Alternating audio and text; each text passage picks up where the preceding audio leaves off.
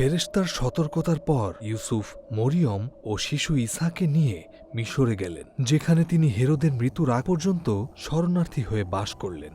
Herod মারা যাবার পর মাবুদের এক ফেরেশতা মিশর দেশে ইউসুফকে স্বপ্নে দেখা দিয়ে বললেন, ওঠো, ছেলেটি ও তার মাকে নিয়ে ইসরায়েল দেশে ফিরে যাও। ছেলেটিকে যারা মেরে ফেলতে চেয়েছিল তারা মারা গেছে। এটি আরেকটি ভাববাণীকে পূর্ণ করেছিল। মিশর থেকে আমি আমার ছেলেকে ডেকে এনেছিলাম। তাই ইউসুফ ও মরিয়ম ঈসাকে নাসরতে নিয়ে গেলেন। সেখানে তিনি অন্যান্য ভাইবোনদের সাথে বেড়ে উঠছিলেন। বিভিন্নভাবে শিশু ঈসা অন্যান্য শিশুদের মতো ছিলেন। তিনি খেতেন, ঘুমাতেন, খেলা করতেন, পড়াশোনা করতেন ও কাজ শিখেছিলেন। কিন্তু অন্য দিক দিয়ে তিনি অন্যান্য শিশুদের চেয়ে আলাদা ছিলেন। তিনি কখনো স্বার্থপর ছিলেন না। তিনি সবসময় তার পিতামাতাকে সম্মান করতেন। তিনি কখনো মিথ্যা বলেননি। তিনি সবসময় তার বেহেশতি পিতাকে খুশি করেছেন। তিনি ছিলেন পবিত্র, নিখুঁত এবং খাঁটি, গুণাকারীদের চেয়ে আলাদা। ইতিহাসে ঈসাই একমাত্র নিখুঁত শিশু।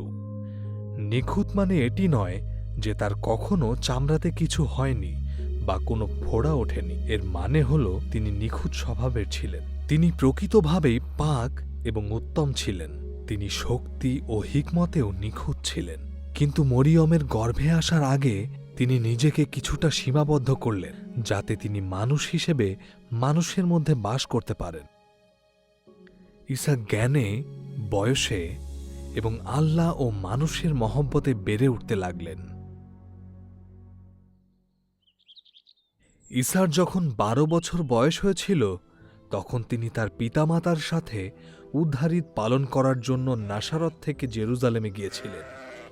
যখন তার ছোটবেলার বন্ধুরা সেই বড় শহর ঘুরে দেখছিল, তখন ঈসা বায়তুল মুকাদ্দাসে আলেমদের মধ্যে বসে এবং তাদের কথা শুনে এবং জিজ্ঞাসা করে সেই সপ্তাহটি পার করেছিলেন। যারা ঈসার কথা শুনেছিলেন তারা সবাই তার বুদ্ধি দেখে ও তার জবাব শুনে অবাক হচ্ছিলেন।